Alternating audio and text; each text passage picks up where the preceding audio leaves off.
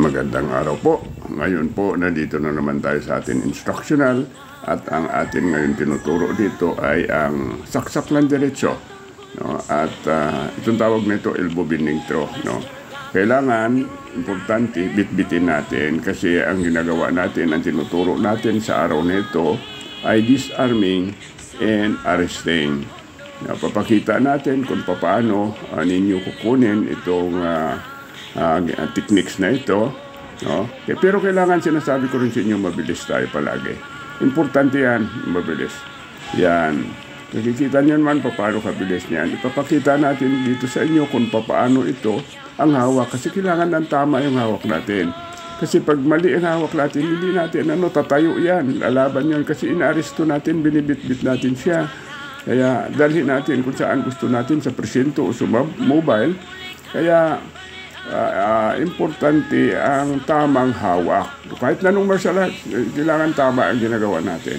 Hindi pwede magkamali. Ngayon, ito naman natin tinuturuan kasi kaya tinuturo natin itong disarming at saka arresting dahil siya po ay magpupulis. Kukuha siya ng waiver para sa Napolcom kasi siya ay overage na. Si Al, no? From Mindanao siya isang Muslim.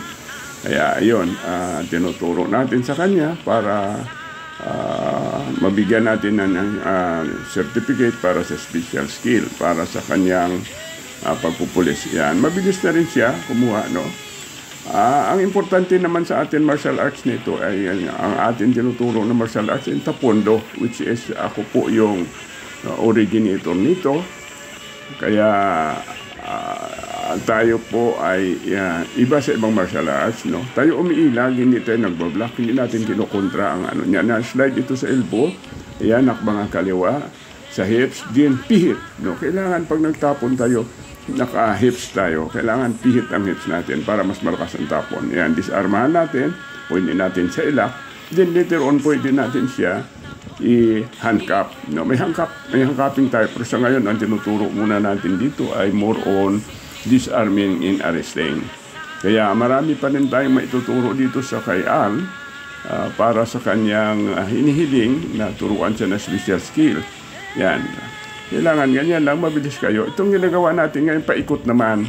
Kasi ang ginagawa natin, ang kanina, pinakita ko sa inyo, diretso lang. Ngayon, paikot. Mayroon purpose yan bakit umikot tayo at dumiretso tayo.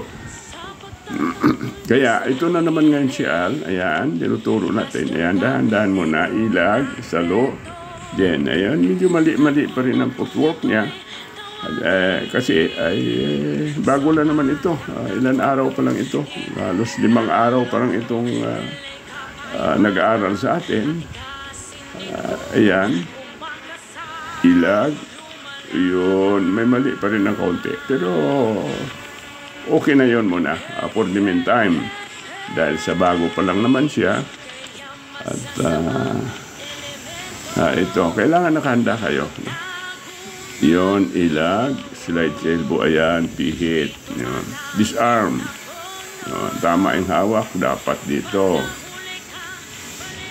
Kaya, ngayon, kukunin naman natin sa labas. Kasi meron tayong kuha sa loob, itong labas ang tawag nito, no? Yun, may kahirapan ito. Pero dahil sa continuous practice lang, para sa akin, madali na rin ito. So, kailangan din ituro natin dahil sa kakailangan talaga matuto rin siya dahil may purpose ito kung bakit tayo ay pumunta sa loob, pumunta sa labas. Kasi kung may mga kasama sa rito sa kabila, ay kailangan sa kabila ka pumunta. Yan ang purpose niyan kung bakit matuto tayo sa loob at labas. Ito, tandaan nyo rin. Kailangan lang natin dito ay mabilis tayo dahil sa importante yan. Madali tayo matutamaan pag mapabagal-bagal tayo. Kaya pag-aralan natin ang bilis ng paa, movements, bilis ng galaw, bilis ng kamay. Kailangan nakasynchronize yun ang lahat na movements natin. Ngayon, ito, tinuturo natin kaya, side step muna para milag, ayan, dampot. Pero hindi ito blocking ha, nakaside siya. Ito yung kikita nyo. Kailag muna siya bago niya damputin.